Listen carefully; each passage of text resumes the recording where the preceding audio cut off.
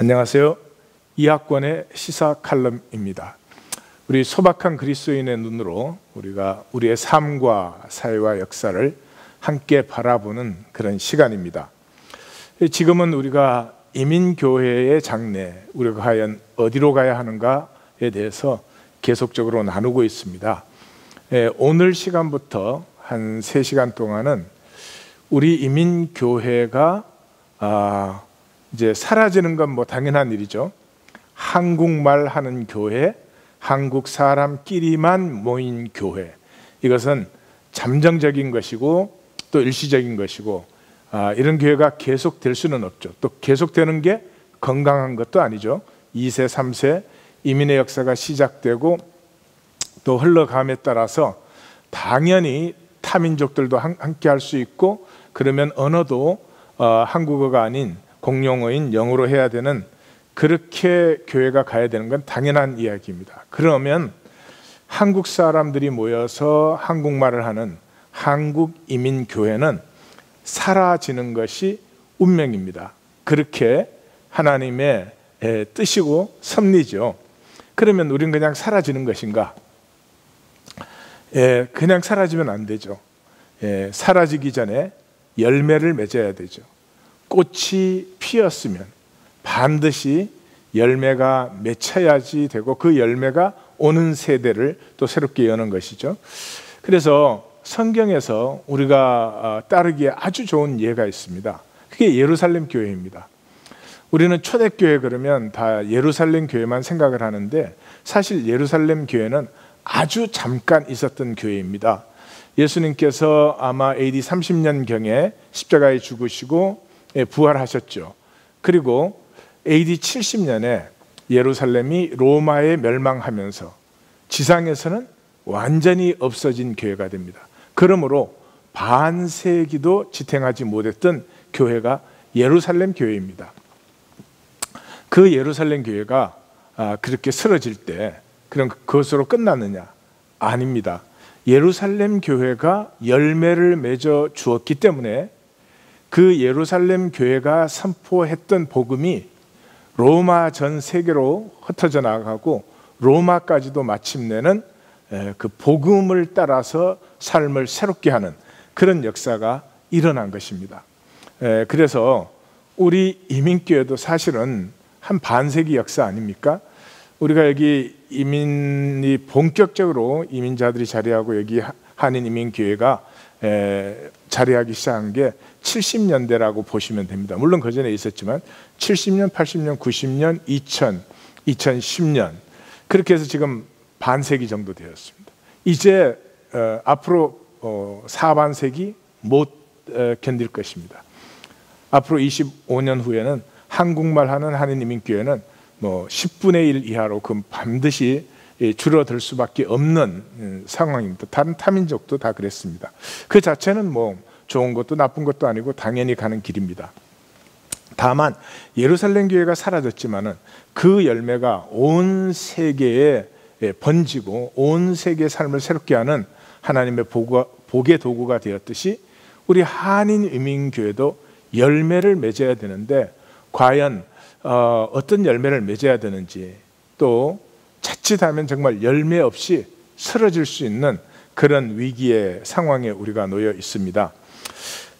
성경에서 제일 좋은 예는 물론 사도행전에서 나오죠. 이 초기 우리 교회 공동체의 역사니까요. 그 11장에 보면 안디옥 교회가 등장을 합니다.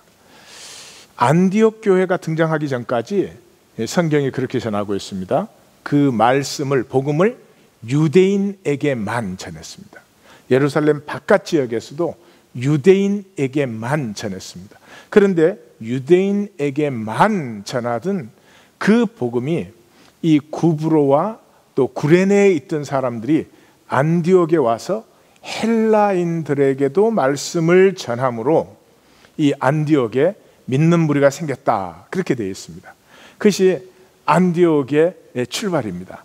다시 말해서 이제 예루살렘 교회의 시대가 저물고 안디옥 교회 시대가 이렇게 피어나게 되는 것입니다. 그 안디옥 교회가 피어나면서 이 안디옥 교회를 거점으로 바울의 선교가 시작이 되죠. 바울의 선교가 시작돼서 로마 전체를 복음으로 새롭게 하는 이런 역사가 일어납니다.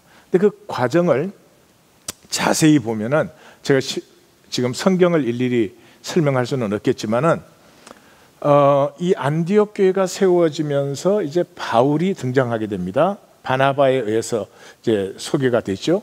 등장하게 되는데 그러면서 또 동시에 그 세워진 안디옥 교회가 예루살렘 교회와 코이노니아를 나누게 됩니다. 그때 큰 흉년이 들어서 예루살렘이 아주 어렵게 되었을 때 이 갓 태어난 안디옥 교회가 예루살렘 교회와 코이노니아를 나누는 것을 준비합니다. 그리고 그 준비하고 있는 과정 사이에 헤롯의 핍박이 들어옵니다. 헤롯의 핍박이 들어오지만 그 본문은 헤롯은 전혀 무기력하며 베드로가 없어졌는데 어떻게 없어졌는지 어디로 없어졌는지 전혀 찾지를 못합니다. 그러니까 실제적으로 무기력할 뿐만 아니라 그가 옷을 입고 해가 떠오를 때 앉으면 신이 나타나는 것 같고 신이 말하는 것 같았다. 그랬음에도 불구하고 그는 결국 벌레 먹어 죽었습니다. 그러니까 여기에서 이제 안디옥 교회를 통해서 복음이 로마 전 세계 전역으로 번져가게 되는데 이때 세상 권세의 박해가 교회에 반드시 들어오지만 두려워할 것이 없다. 왜냐 그러면 세상 권세는 허상이고 그 신의 모습 같다는 건 로마를 얘기하는 것이고 신의 음성 같다는 것은 황제 칙령이죠. 어마어마하게 보이지만 그건 지나가면 쓰러지는 것이고 벌레 먹는 것 같은 것이고 두려워할 바가 조금도 없다. 그 본문 다음에 그 안디옥 교회가 예루살렘에 그 연보를 보내가지고 예루살렘 교회와 코이노니아가 이루어진 것으로 그 단락이 마감되어집니다.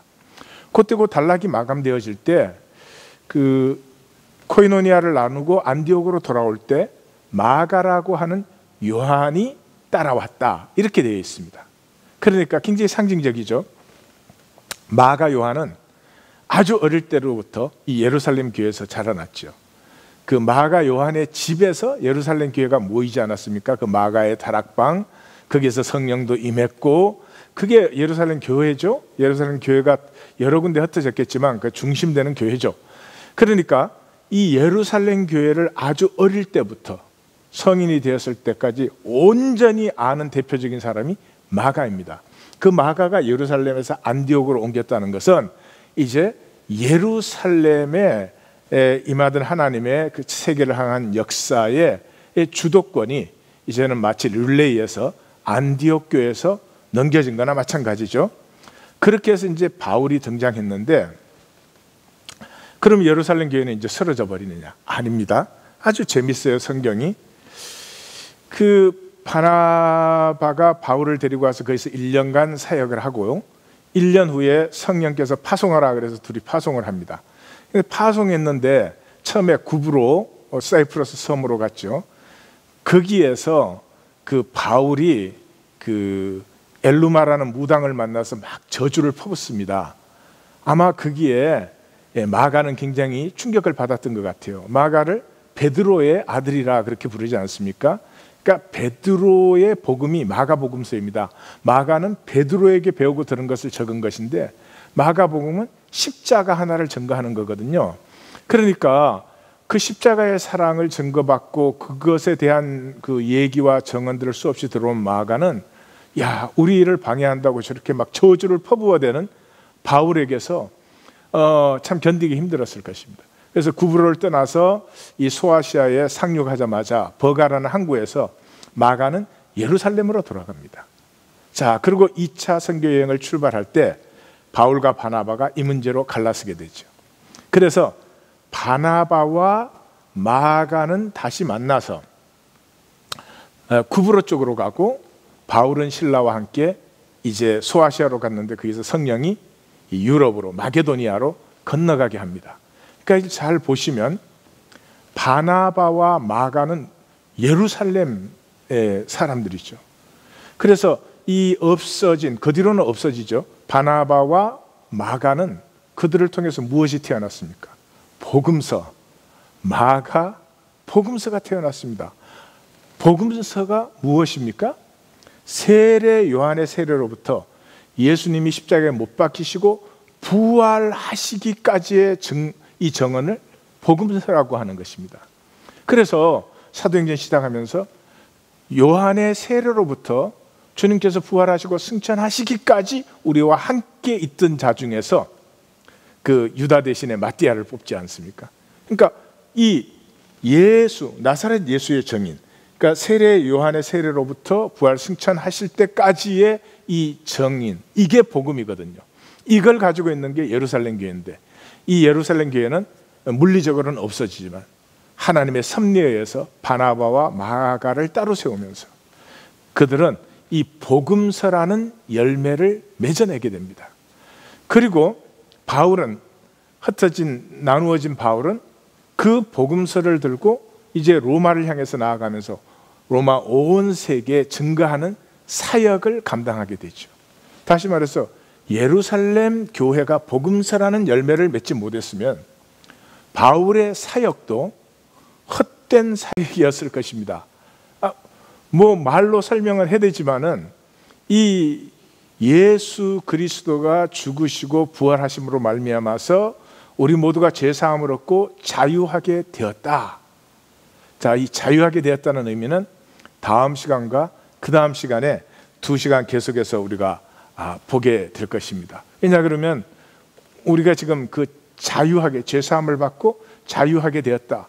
요한복음에서 진리를 알지니 진리가 너희를 자유케 하리라. 갈라디아서 내내 우리를 자유케 하시는데 그 자유로 너희가 또 육체의 종노릇 하겠느냐, 이렇게 말하는 그 자유를 어쩌면 우리가 잘 모르고 있는지도 모르겠습니다. 어떤 추상적인 자유로 생각하는지도 모르겠습니다. 그래서 성경에서 예루살렘 교회가 없어지는 교회입니다. 그런데 없어지는 교회가 그냥 없어진 게 아니고 복음서라는 열매를 맺음으로 말미암아서 이제 바울이 로마 전 세계를 향해서 사역에 나가는데 그 사역의 본질이 되어주고 그 사역의 디딤돌이 되어주고 그 사역의 그 권세와 능력이 되어주는 것을 볼 수 있습니다. 그러니까 우리 이민교회에서 바로 그 열매가 맺혀야 됩니다. 앞으로 우리 2세들은 꼭 한국인하고만 결혼하는 거 아니지 않습니까? 당연히 전 세계 누구든지 생명을 가지고 진정한 사랑이 있다면 결혼할 수 있을 것입니다. 그렇게까지 우리 한국인이라는 어떤 그 인종적인 의미도 사라지게 되겠지만 그것이 사라지는 후에 우리가 생명으로 싱싱하게 살아서 그들에게 전해야 되고 그들 속에 흘러야 될 물결이 무엇이냐 하면 이 예수 그리스도께서 십자가에 죽으시고 부활하시고 승천하셔서 그가 이제는 이 세상을 다스리는 심판자가 되셨다는 것 속에서 실제로 일어난 일이 무엇인지, 이 교리의 실제 내용을 우리가 증거해야 됩니다. 근데 그것은 말로 증거하는 것이 아니라 우리 이민교회, 쓰러지는 이민교회의 열매로 그것이 맺혀야 되는 것입니다. 그 열매가 무엇인지는 이 다음 시간에 우리가 같이 나누도록 하겠습니다.